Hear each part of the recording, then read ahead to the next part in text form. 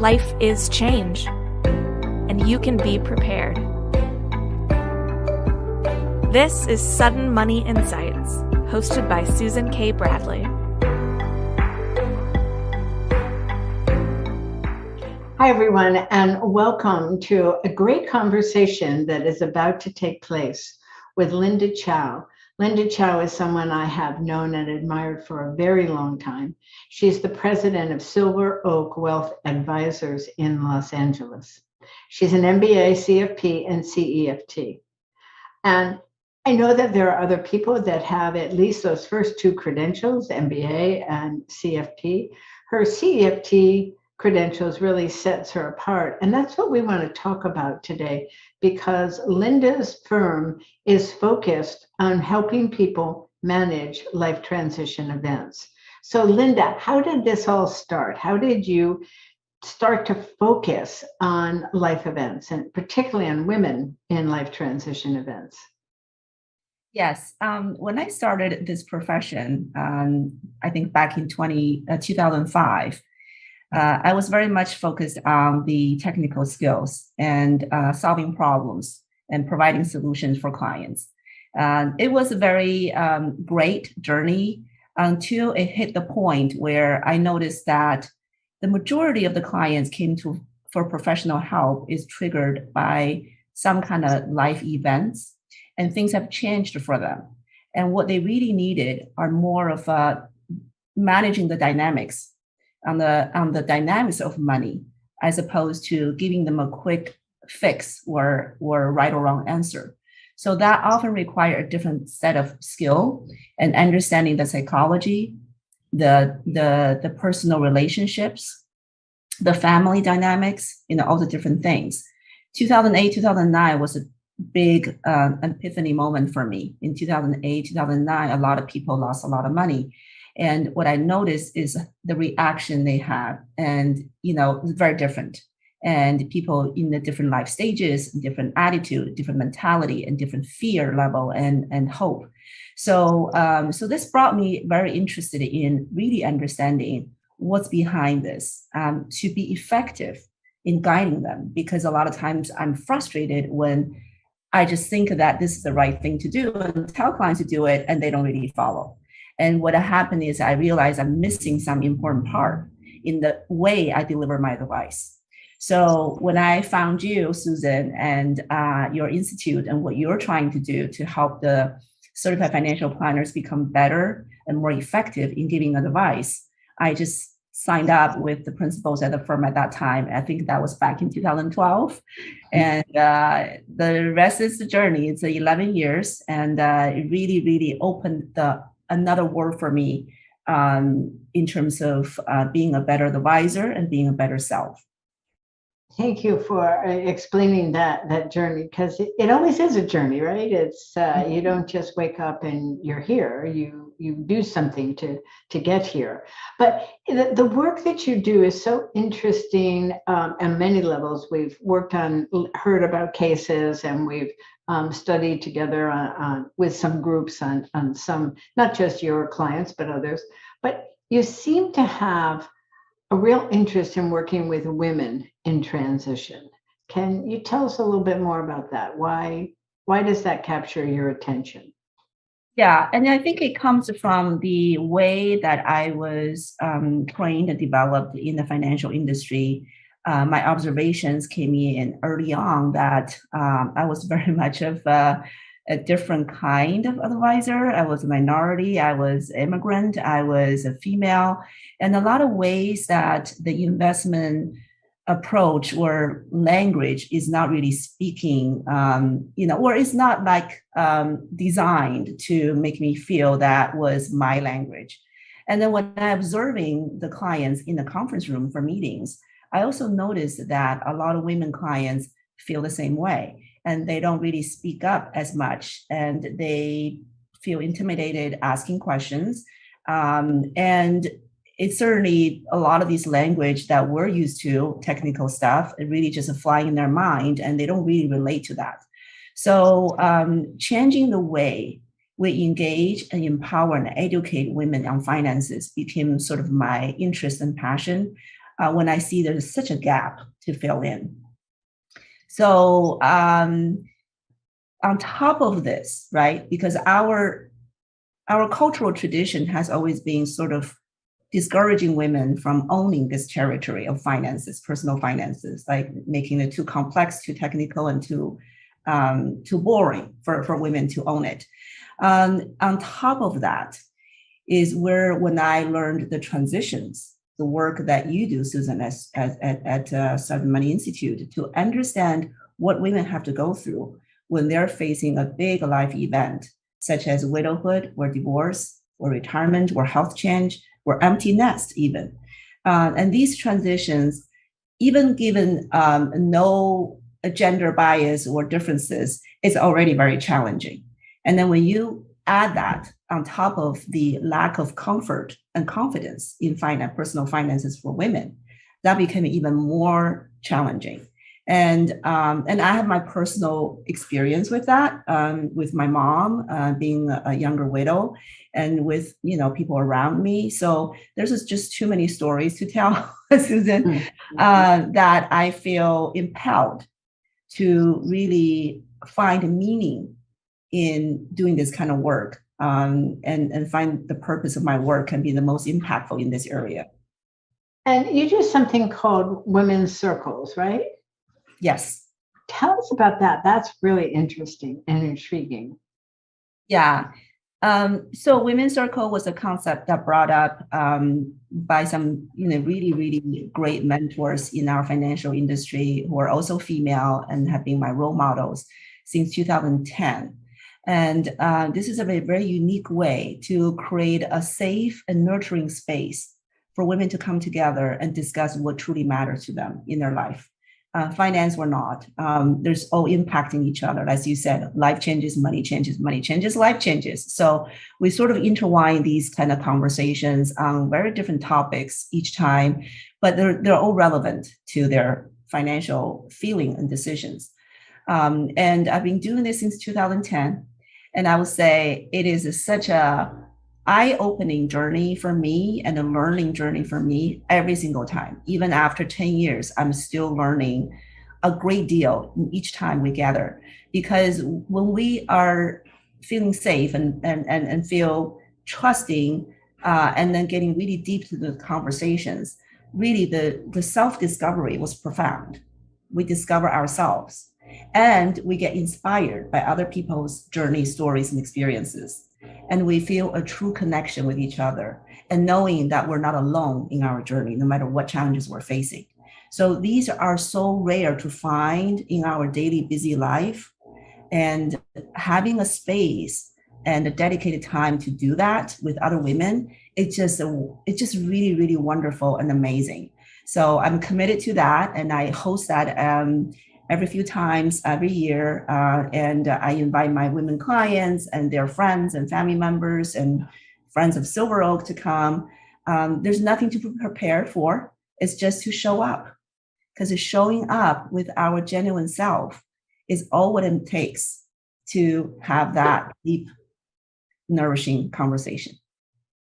And being able to listen to each other with good intention and without judgment is, I would say, the ultimate love we can give to each other, right? So when you hear about women gathering for, whatever the purpose is, for support of a nonprofit or for healthcare or education in the community, you think of maybe a business focus and a lot of networking. I don't think that's what you do, though. How do you create that safe space? How do you create that space where people really feel listened to? Yeah, it's a very a good question. And it's not really a science, a rocket science. What we're requiring is at a very, very beginning to set the right intention for each other and expectation for each other. So I would talk about the principles and agreements we need to make in order for this to be protected. And I myself, as a facilitator, also I often have another person as a guardian. We need to be very vigilant about protecting that energy. So when we see that the conversation shifted from deep listening and intentional speaking to opinionated discussions or even distractive social discussions. We need to bring people back. And we also need to be able to sit comfortably with some of the shadows and the what do we call dark side of the money when we're being vulnerable and all that, because it is important for people to feel safe. And it is also important for people to notice that when it's deviating from that path, someone is guarded and there to set the guardrail and making sure this is protected. So there's a real structure or process that you're dedicated to for this. Is that right? Yes, absolutely. I have taken many training with circle, trainers, and I've attended a lot of circle myself with my mentors and online resources. We actually have a study group that's been going on for almost 7 or 8 years with some other women advisors who's doing the same women's circle for their clients. We formed a very close study group nationally and to learn from each other's best practices. So over time, you build more and more comfort and knowing how to navigate these different dynamics in each conversation. It's amazing. So how does what not only you learn from having a client in a women's circle, but what they learn about themselves, how does that inform financial planning in a more traditional sense? Where's the bridge? How does it connect? Yes. So when we were talking about financial planning, there's just still a lot of technical aspects of that, right? So how do we update a estate plan? How do we, get the best asset allocation? How do we manage the risks? Whether it's a life, disability, or long-term care. A lot of these issues or topics are important, but they're not addressing the underlying emotions and dynamics about people's decision making. So in theory, when people are facing changes, people can be in denial and people cannot be ready for change because they don't have the confidence, right? So we all study about the readiness for change. So theoretically, people could know what's good for them, like having a good diet or exercise, but not necessarily doing it.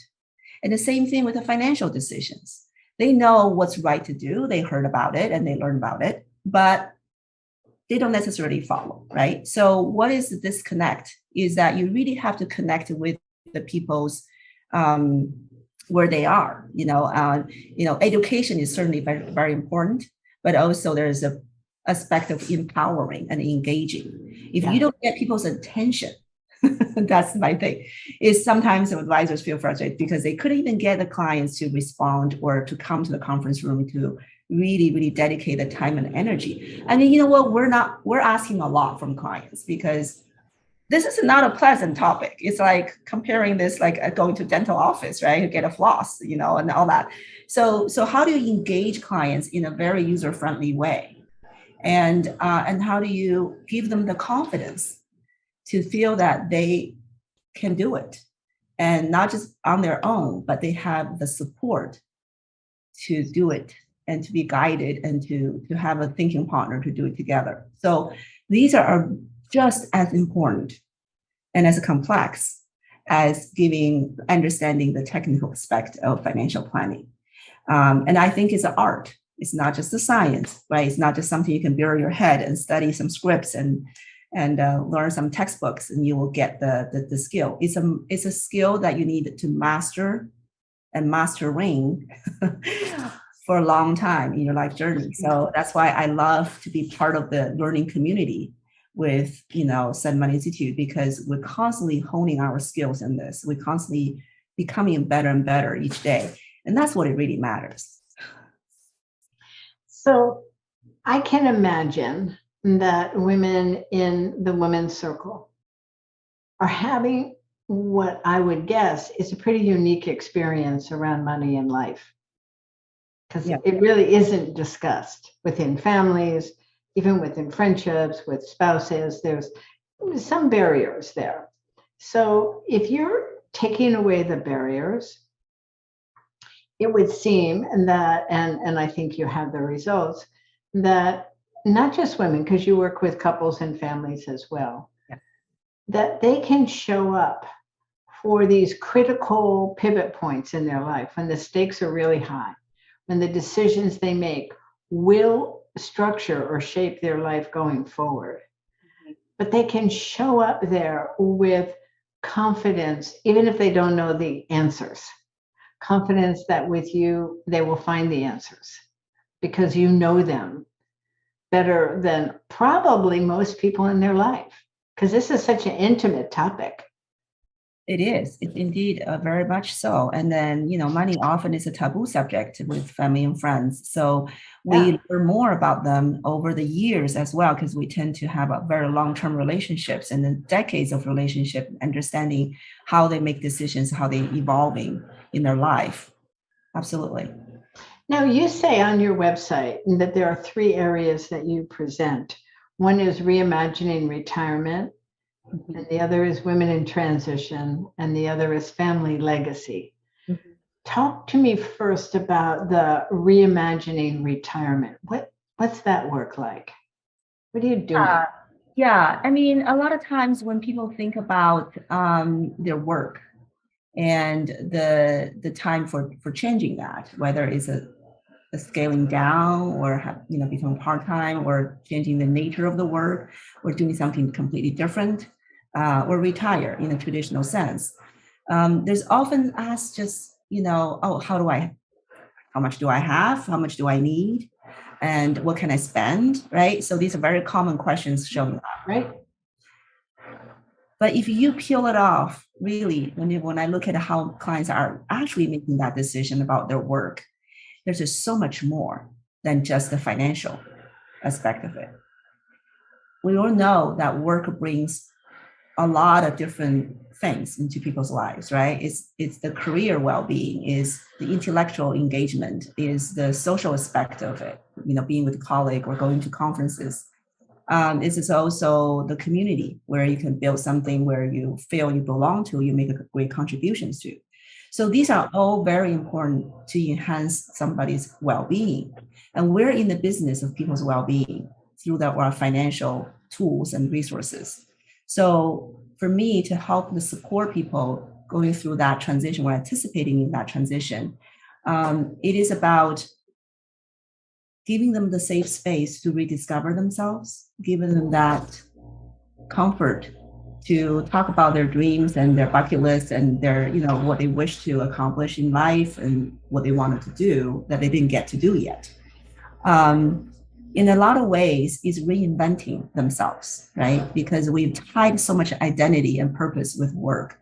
And if that changes, then we need to find ways to feel the joy and purpose of life as a replacement, right, or substitute. So these are things that need to be discovered and talked about early on, and then also to have that permission, oftentimes from advisors, to say, hey, maybe it's okay to quit and do something different. It's okay to sell the business and do something different. It's okay to volunteer or develop new hobbies and interests, so giving that permission, giving that confidence, and giving that sort of your cheerleader in that position to help clients rediscover that, I think is very meaningful, because at the end of the day, money is there to serve us to live a fulfilled life, not the other way around. So I find that it's very interesting transition where we can add a lot of value being a certified financial transitionist.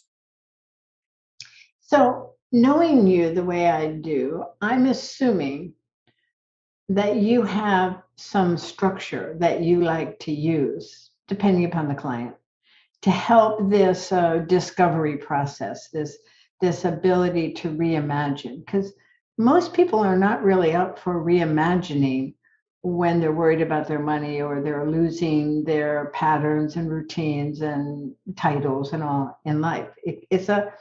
Everybody talks about it. It's in all the articles, how to retire and have well-being and this and that. But you actually are frontline real people doing it. So what are some of the processes that you use? You said to help people step back and not rush in, take time to discover. How do you do that? Well, it takes many different conversations. It really just about asking right questions and asking good questions to be genuinely interested and caring so that we can explore that together a little bit deeper. Um, and that really depends on how advisors show up as well, right? If we're there to tell clients, yeah, I think, this dollar amount, that dollar amount is good enough, end of conversation, then clients probably just going to stop there too. So it takes us the courage and the curiosity and the genuine care to explore deeper with the clients in the conversations. Um, I think that's also on the ground, when we talk about processes and structure, that's just the first step, right? Once we know their wishes, wants, and needs, then it's a matter of like being the thinking partner to take them to the balcony, right? To see the big picture, but also to really get to the weeds, to really,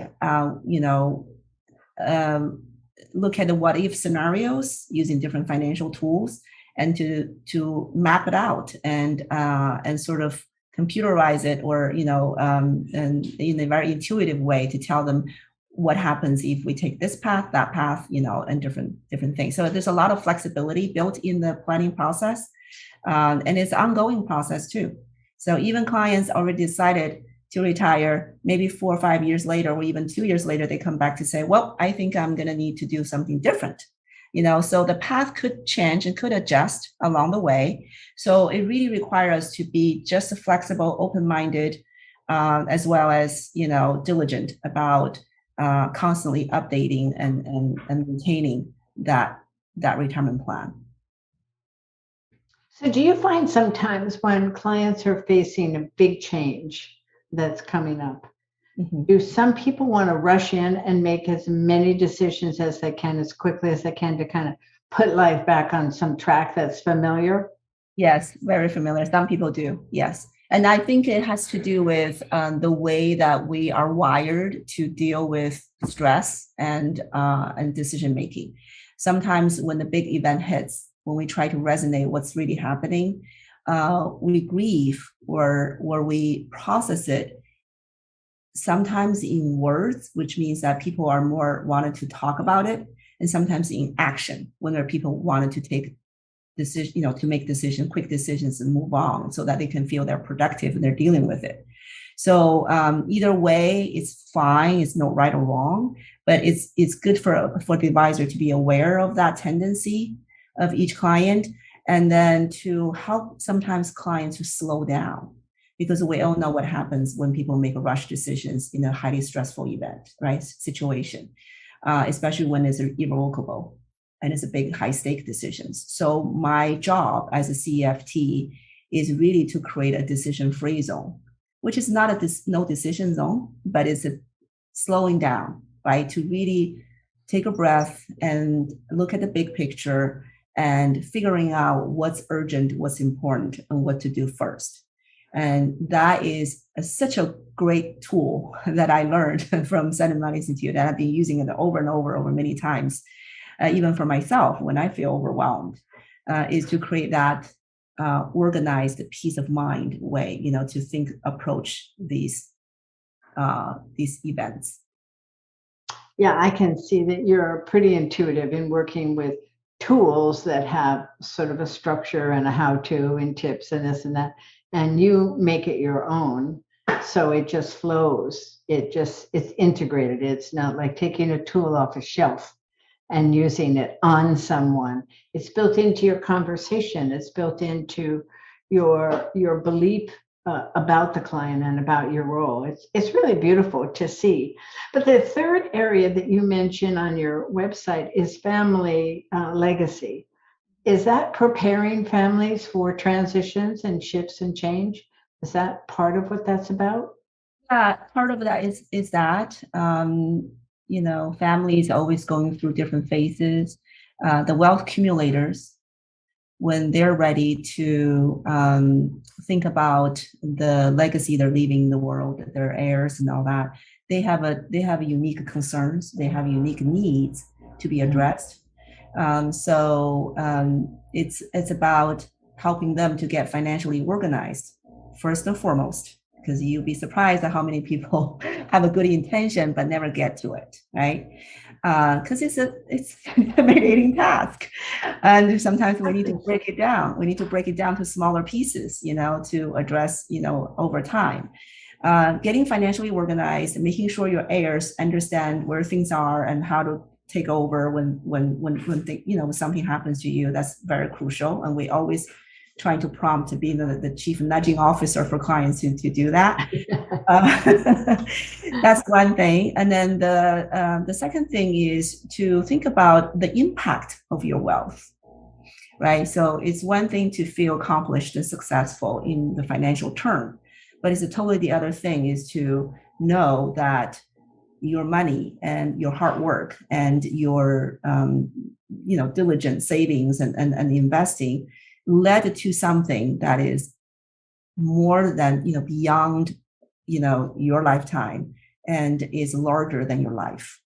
And so there's two fronts. One is that I'm very, very interested in learning their children, their grandchildren, how they're doing and what they need in order to feel financially confident and build their success. Because I think teaching somebody these financial skills and the right kind of mentality, right, relating to money is just as crucial, for the family's wealth and success. So early on education for them. So we created the Finance 101, Investing 101 for teenagers and young adults, college readiness, just teaching them these fundamental basic money skills. We've been doing it for many years and offering that as a complimentary for our clients. The other thing is, helping clients think about the larger impact in charitable donations, gifting, lifetime gifting, and other different things, vehicles, tax efficient way, different type of ways to explore that and to educate them about these different options. That's also very, very great, because then they can go beyond, and getting the permission, right? The sort of the permission and validation from a third party and professional to say, yes, you can do this. And this is meaningful. Yeah, that's so important. That's such a beautiful offering. It sort of rounds out all that you're doing with your clients over a lifetime of relationship. As I would imagine, your clients feel like you are their trusted advisor for life. It's not just for an event. It's for life. Yeah, Susan, you brought up a really good point, because a lot of clients looking at us, not just someone who helping them in their lifetime, but also someone who can help their heirs and their surviving family. And that gives them a tremendous peace of mind and a comfort, knowing that there's someone out there, handholding these transitions for them. We have had many situations where we step up in the case when something happens to the main person who's responsible for financing the family, and to really bridge the gap and getting the surviving family in a better place. And this is, to me, is profoundly satisfying, because we're not just there for 1 day, 1 month, 1 year, or 10 years. We're there really for generations. And that's also the reason I built the firm, to have continuous, pipeline of younger professionals. It's not just me, it's a team. The team is there. And then we continue to mentor and develop younger talents to be there for the next generations. And this is just very important mission for our business. Yeah, and I would think as a client that would give me confidence as well, because we all age. Even you, who seems like you're eternally young, but we all age. That's what happens. So I'm wondering, with all these really important and well thought out, structured and expertly delivered experiences that you offer your clients, what do your clients say about you? What would a client of yours tell a friend about you? Yeah, it's funny that Susan, you mentioned that because we just did our client survey about a month ago, and we collected a lot of responses. We have a very high participation rate, and clients giving us all the feedback. And one of the questions is, what do you tell others about Silver Oak? What makes a Silver Oak different? And the answers I got, and this is real, I'm not making it up, is it's a fresh, it's just in front of me, is besides the personalized attention and advice, and then the genuine care they feel from us, the humanistic approach to dealing with the financial issues coming to my result, because they feel that we approach financial planning, we approach advising them on investments, different type of financial decisions, really from a humanistic approach, is to really be there, understanding them as each individual human being. We're all different. We're all built and designed differently, and we all have different family issues and personal issues and all that. And to pay attention to that personal dynamics, to give a really relevant and good advice, that is what truly at the end of the day makes us different. Because probably everybody knows asset allocation, probably everybody knows like a lot of these technical stuff, but really being who we are and being with them, with our clients, showing up as who we are, that makes really the big difference. I'm sure that it does. I have great confidence that it does. Before we let you go, I know that you write some beautiful blogs. How can people read your blogs? Oh, that's simple. It's just to go to our website, because I post my articles and insights periodically on my website, silveroakwa.com, and go into the resources. And you can also find Women's Circle events information there too. And then I have a LinkedIn profile. I constantly posting interesting ideas and thoughts. And so, welcome to visit my LinkedIn and connect with me. Linda Cao, you do make the world better one day at a time, one client at a time. And I thank you for that.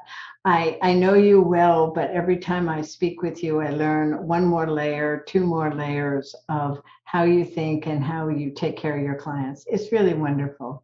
It's a pleasure and an honor to know you and to work with you. So with that, I want to say that, Susan, we all need support in our lives, and myself included as a professional. And I want to thank you and your organization for being that strong support for me and the tremendous learning opportunities you provided us.